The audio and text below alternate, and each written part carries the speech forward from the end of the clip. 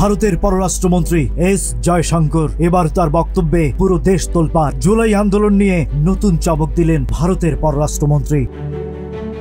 2024 সালের 5 আগস্ট ছাত্র জনতার আন্দোলনে ক্ষমতাচ্যুত হন সাবেক প্রধানমন্ত্রী শেখ হাসিনা। তবে ক্ষমতাচ্যুত করার আগেই তার বিরুদ্ধে জনমত তৈরি হয়। আর জনমতের বিষয়টি জানতো ভারত, তবে জানলে কি হবে, হস্তক্ষেপ করা তো সম্ভব ছিল না। দেশটির পররাষ্ট্র বিষয়ক পার্লামেন্টারি পরামর্শক কমিটিকে এই কথাই বলেছেন এস জয়শঙ্কর।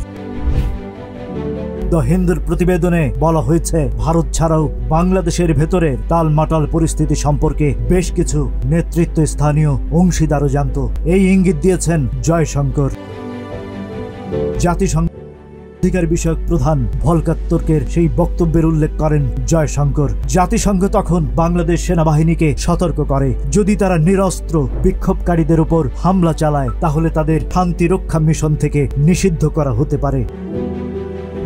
গতকালের বৈঠকে বাংলাদেশ, মিয়ানমার, মালদ্বীপ, শ্রীলঙ্কা ও পাকিস্তানের পরিস্থিতি আলোচনার প্রধান বিষয় হয়ে ওঠে। জয়শঙ্কর বলেন, বাংলাদেশে বহিরাগত শক্তির ভূমিকা রয়েছে, তবে চীনকে তিনি প্রতিপক্ষ নয় বরং প্রতিযোগী হিসেবে দেখেন।